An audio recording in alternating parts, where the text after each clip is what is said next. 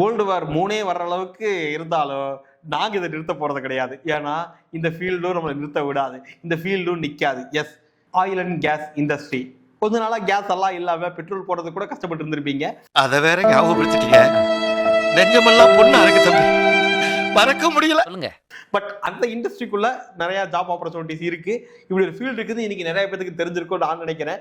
அதனால ஒரு மெக்கானிக்கல் இன்ஜினியராக இருந்து இந்த ஆயில் அண்ட் கேஸ் இண்டஸ்ட்ரிக்குள்ள நீங்க போகணும்னு நினைச்சீங்க அப்படின்னா இந்த வீடியோவை ஸ்கிப் பண்ணாம ஃபுல்லா வாட்ச் பண்ணுங்க. நீங்க ஒரு மெக்கானிக்கல் இன்ஜினியராக இருந்தீங்கன்னா இந்த சேனலை மறக்காம சப்ஸ்கிரைப் பண்ணி வைங்க. ஏன்னா மெக்கானிக்கல் சம்பந்தமாக மட்டும் வீடியோ போடக்கூடிய ஒரே ஒரு சேனல் நம்ம எம்இசி சேனல் தான்.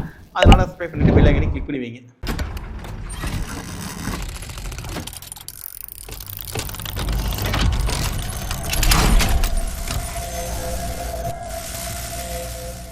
வெல்கம் ஃப்ரெண்ட்ஸ், உங்கள் கேகே எம்இசில இருந்து. ஏன்னா ஆயில் அண்ட் கேஸ் இண்டஸ்ட்ரி அப்படின்னு ஒரு இண்டஸ்ட்ரி இருக்கிறது நிறைய பேருக்கு எனக்கு தெரிய வந்திருக்கும் இந்த பிரச்சனைகள்லாம் வந்ததுனால. ஓகே, ஏன்னா பொதுவாக மெக்கானிக்கல் இன்ஜினியர்ஸ் எல்லாருமே என்ன யோசிக்கிறாங்க அப்படின்னா, ஒரு சூப்பர்வைசர் வேலையா, ஐயோ அது ஒரு வேலையே கிடையாது. மேனுஃபேக்சரிங்ல ஒரு வேலையா, அது ஒரு வேலையே கிடையாது.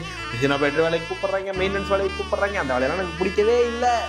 ஏன்னா ஒரே வேலையை திருப்பி செய்கிறோம், எங்களுக்கு போர் அடிக்குதே, அதில் எதுவும் கற்றுக்க முடியல, முன்னேற்றம் இல்லை, சேலரி க்ரோத் இல்லை, அப்கிரேட் போக முடியல. இந்த மாதிரி நிறைய கதையாக வச்சுருக்குங்கய்யா. ஆனா இந்த ஆயில் அண்ட் கேஸ் இண்டஸ்ட்ரி அப்படின்னு இண்டஸ்ட்ரி இருக்கிறது நிறைய பேருக்கு தெரியல. இதை தெரிவிக்கிறதுக்கு நாங்கள் நிறைய காலேஜில் போய் செமினார், ஒர்க் ஷாப் இதெல்லாம் கண்டக்ட் பண்ணணும்.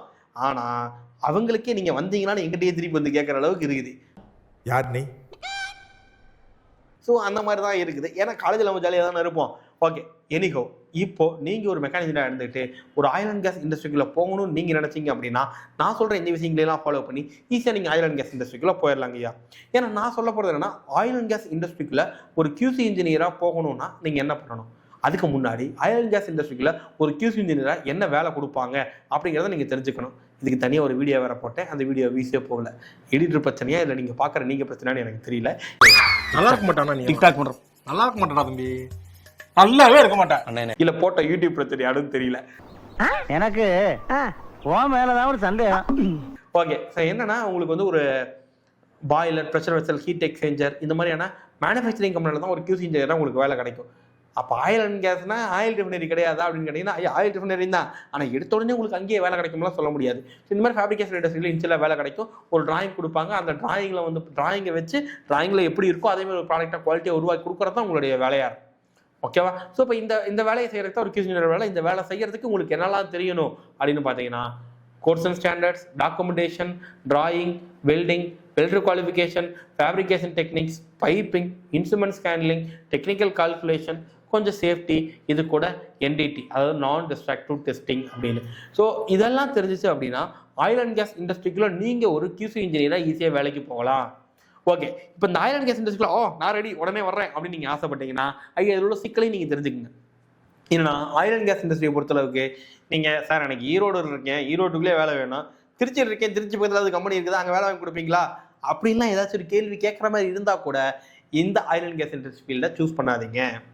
கேட்டுக்க, நான் எங்கனாலும் வேலைக்கு போக ரெடி, எனக்கு காசு சம்பாதிக்கணும், ஃபாரின் போகிறதுக்கும் நான் ரெடியாக தான் இருக்கிறேன், பாஸ்போர்ட் கூட எடுத்து வச்சுருக்கேன், ஃபாரின் போகணும், அதுதான் என் எய்மு. இல்லை இங்கே உள்ளூருக்குள்ள இருந்தாலும் நான் வந்து ஒரு நல்ல சம்பளத்தில் வேலைக்கு போகணும், எங்கே வேலையாக இருந்தாலும் எனக்கு ஓகே அப்படின்னு நினச்சிங்கன்னா மட்டும்தான் இந்த ஃபீல்டை நீங்கள் சூஸ் பண்ணணும். ஏன்னா எல்லா வேலையும் நம்ம வீட்டு பக்கத்துலேயே இருக்காது. ஆயில் ரெஃபைனரிஸ் எங்கே இருந்தாலும் நம்மளுக்கு அங்கே ஒர்க் கால் பண்ணுவாங்க, அங்கே நம்ம போக வேண்டியது இருக்கும். Manufacturing, boiler, pressure vessel, heat exchanger, manufacturing கம்பெனியில் நம்மளுக்கு வேலை இருக்கும். அதுவும் எங்கேனாலும் நம்ம ட்ராவல் பண்ணி போய் அங்கே தங்கி ஒர்க் பண்ணுற மாதிரி இருக்கும். ஸோ நீங்கள் ட்ராவல் பண்ணுறதுக்கு ரெடி, எங்கே ஒர்க் இருந்தாலும் போய் ஒர்க் பண்ணுறதுக்கு ரெடினா மட்டும் இது யூஸ் பண்ணுங்கள். இதில் நாங்கள் எம்இசியில் வந்து பார்த்தீங்கன்னா இதெல்லாம் தான் ஒரு ட்ரைனிங் கோர்ஸாக கொடுக்குறோம். அந்த ட்ரைனிங் கோர்ஸ் தான் CQI, சர்டிஃபைடு குவாலிட்டி இன்ஸ்பெக்டர் அப்படின்னு சொல்லுவாங்க. இதில் நான் சொன்ன இந்த டாபிக் எல்லாம் கவர் ஆகும். ப்ளஸ் சர்டிஃபிகேஷனும் இன்டர்நேஷனல் சர்டிஃபிகேஷன்ஸ், அதாவது NDT இல்லை லெவல் 2 ASNTன்னு சொல்லுவோம், அமெரிக்கன் சென்டர் ஃபார் நான் டிஸ்ட்ரக்டிவ் டெஸ்டிங். இதில் லெவல் 2 சர்டிஃபிகேட் வந்து உங்களுக்கு நாங்கள் கொடுப்போம். லெவல் 1 வந்து டெக்னிக்கல் ஹெல்ப்பராக இருக்கிறவங்க படிக்கிறது, லெவல் 3 வந்து உங்களுக்கு அப்ரூவ் பண்ணுறவங்க தான் லெவல் 3 படிக்கிறது. உங்களுக்கு லெவல் 2 சர்டிஃபிகேஷன் டேரெக்டாக வரும். இதெல்லாம் நான் சொன்ன மாதிரி அந்த course standards, documentation, drawing, welding, welder qualification இதெல்லாமே வந்து பார்த்தீங்கன்னா உங்களுக்கு ட்ரைனிங்கில் முடிஞ்சிடும். ஆக்சுவலாக நம்ம கொடுக்குற ட்ரைனிங் எப்படி இருக்கும் அப்படின்னா இண்டஸ்ட்ரி ஓரியன்டாக இருக்கும். அதனால் இதைத்தான் எல்லாருமே சொல்கிறாங்க, நீ என்ன இண்டஸ்ட்ரி ஓரியன்ட் அப்படின்னா, ஐயா கம்பெனிக்குள்ளே நீங்கள் ஒரு ஒரு ப்ராடக்ட்டை நீங்கள் செக் பண்ணுறீங்கன்னா அதுக்கப்புறமா என்ன பண்ணுவீங்க, அதுக்கான ரிப்போர்ட் மேக் பண்ணணும். அது இங்கே மேக் பண்ணுவீங்க. அது எப்படி ரிப்போர்ட் பண்ணணும், அதுக்கான டேட்டா இங்கேருந்து எக்ஸ்ட்ராக்ட் பண்ணணும், ஸ்டாண்டர்ட் எப்படி ரெஃபர் பண்ணணும், இப்போ டிஃபெக்ட்டை வந்து ஓகே பண்ணலாமா, ரிஜெக்ட் பண்ணலாமா, ரிவ்யூ பண்ணி யூஸ் பண்ணலாமா அப்படிங்கிறது எல்லாமே ஸ்டாண்டர்ட் ரெஃபர் பண்ணி நீங்கள் சொல்லணும். அப்படின்னா அதெல்லாம் தான் இங்கே நாங்கள் கற்றுக் கொடுக்குறோங்கய்யா. சரிங்களா? கற்றுக் கொடுக்குறது மட்டும் இல்லாமல் பிளேஸ்மெண்ட், அஷ்யூர்டு ஜாப் பிளேஸ்மெண்ட் நம்ம கொடுக்குறோம். இப்போ வெளியூர்லேருந்து இங்கே வரீங்கன்னா உங்களுக்கு இங்கே free accommodation, morning breakfast, afternoon lunch எல்லாம் கொடுக்குறோம். இண்டஸ்ட்ரியல் விசிட் கூட்டிகிட்டு போவோம். ப்ராக்டிகல்ஸ் நீங்கள் பண்ணணும். தியரிட்டிக்கல் கிளாஸஸ் நம்ம எடுப்போம். வாரத்தில் ஒரு 2 டைம் வந்து 2 வாரத்துக்கு ஒரு டைம் வந்து கிரிக்கெட் டர்ஃப்லாம் நம்ம போவோம். ஸோ எங்கள்கிட்ட என்னன்னா படிங்க, கஷ்டப்பட்டு படிக்காதீங்க, ஜாலியாக படிங்க. அதான் நம்ம கான்செப்ட். எந்த ஒரு விஷயமா இருந்தாலும் ரொம்ப ஈஸியாக உங்களுக்கு புரிய வைக்கிறது தான் வந்து பார்த்தீங்கன்னா நாங்கள் மாஸ்டர் அப்படின்னு நம்ம சொல்லலாம். ஓகே, இந்த கோர்ஸு எப்போ நம்ம ஸ்டார்ட் பண்ணுறோம், இதோட டியூரேஷன் வந்து பார்த்தீங்க அப்படின்னா 40 days மேக்ஸிமம். இப்போ 30 40 நாட்கள் உங்களுக்கு முடிஞ்சிடும்.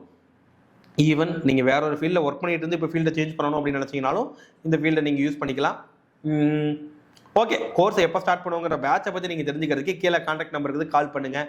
இல்லை நீங்கள் லிங்க் ஒன்று வச்சுருப்போம், என்கொயரி லிங்க்கு, கிளிக் பண்ணுங்கள், டீட்டெயில் ஃபில் பண்ணுங்கள். நாங்களே உங்களுக்கு கால் பண்ணி ஃபுல் டீட்டெயிலும் நாங்கள் சொல்கிறோம். வேறு எதுவும் டவுட்னா கான்டாக்ட் பண்ணுங்கய்யா. நன்றி.